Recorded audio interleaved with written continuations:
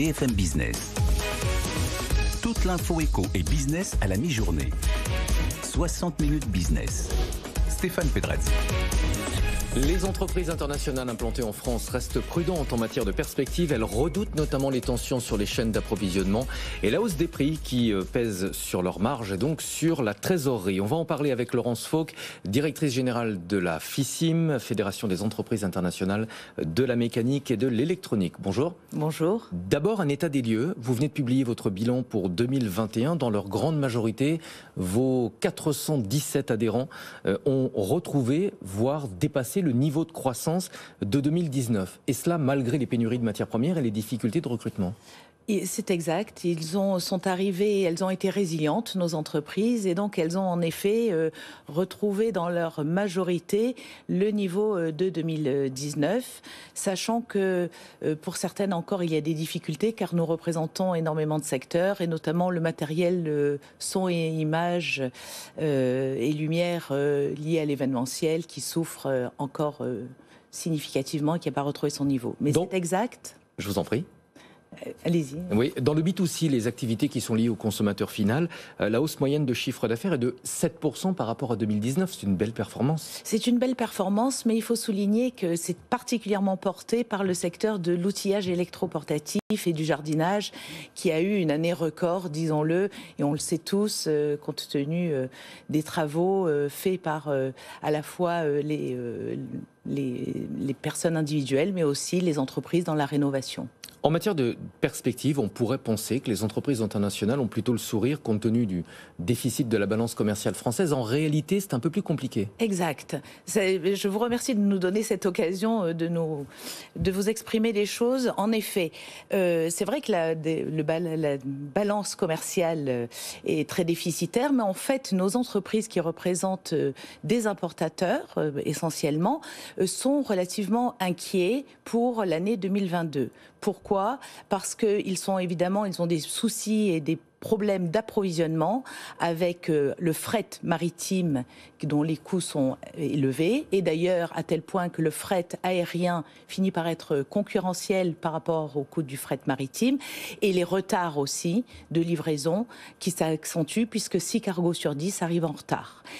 Et donc ça, c'est le premier point. Le deuxième point, c'est l'inflation, l'augmentation absolument délirante des prix des matières premières et des composants électroniques et la pénurie.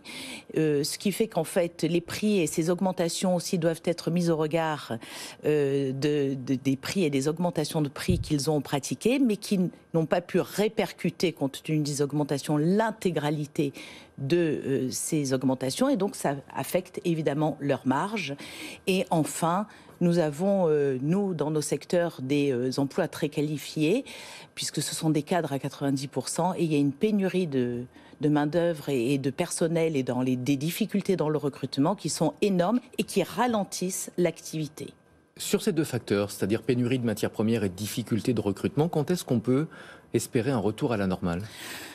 Écoutez, on espère que peut-être à la fin du premier semestre, les choses pourraient aller mieux, mais sérieusement, on pense que ça sera plutôt vers la fin de l'année. Donc encore une année difficile à traverser. Oui, encore une année difficile. Oui. L'APEC anticipe une année record pour l'emploi des cadres, on en a parlé dans le journal. Vous le confirmez à travers les informations que font remonter vos adhérents ?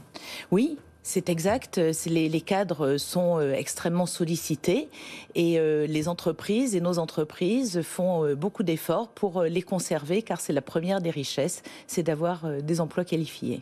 Les conserver, ça veut dire que les entreprises sont confrontées à des hausses de salaire, des revendications salariales ? Oui, il y a des revendications salariales et des hausses de salaire qui sont d'ailleurs appliquées dans la majorité de nos entreprises. Vous avez publié aussi vos perspectives pour 2022. Vos adhérents anticipent une hausse moyenne de chiffre d'affaires de 3,5%.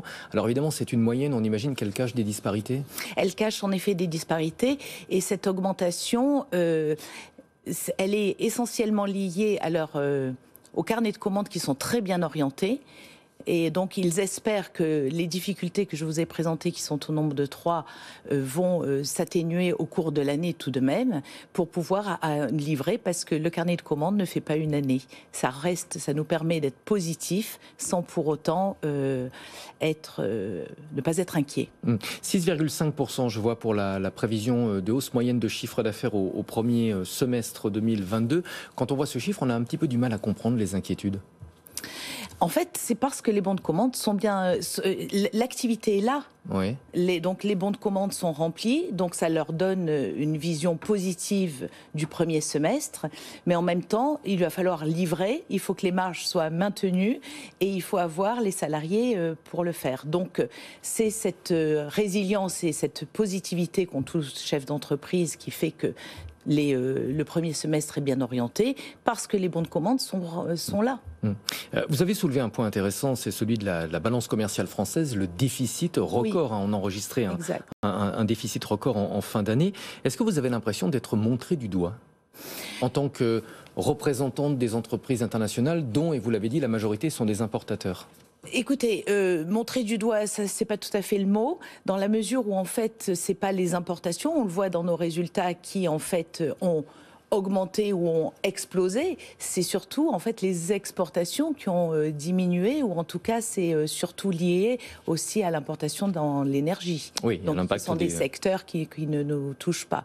Donc on voit bien que c'est pas dans nos secteurs en tout cas que l'importation a explosé. Un dernier point, et c'est ce qui inquiète beaucoup les chefs d'entreprise, c'est la hausse du prix des matières premières. Oui. Vous l'avez dit, vous n'avez pu que partiellement répercuter la flambée du prix des matières premières. Partiellement, ça veut dire quoi? Ça veut dire qu'en fait l'augmentation peut être de 40% des matières premières. Et donc, évidemment, c'est une répercussion qui n'est pas supportable par en fait, les clients de nos adhérents. Et donc, en effet, il y a une partie de ces augmentations qui ont été supportées sur leurs marges. Mais est-ce qu'il y a toujours une pression de la part de vos clients pour contenir les prix face à cette flambée? Oui. Ouais. Et donc, d'où les difficultés pour 2022. Exactement.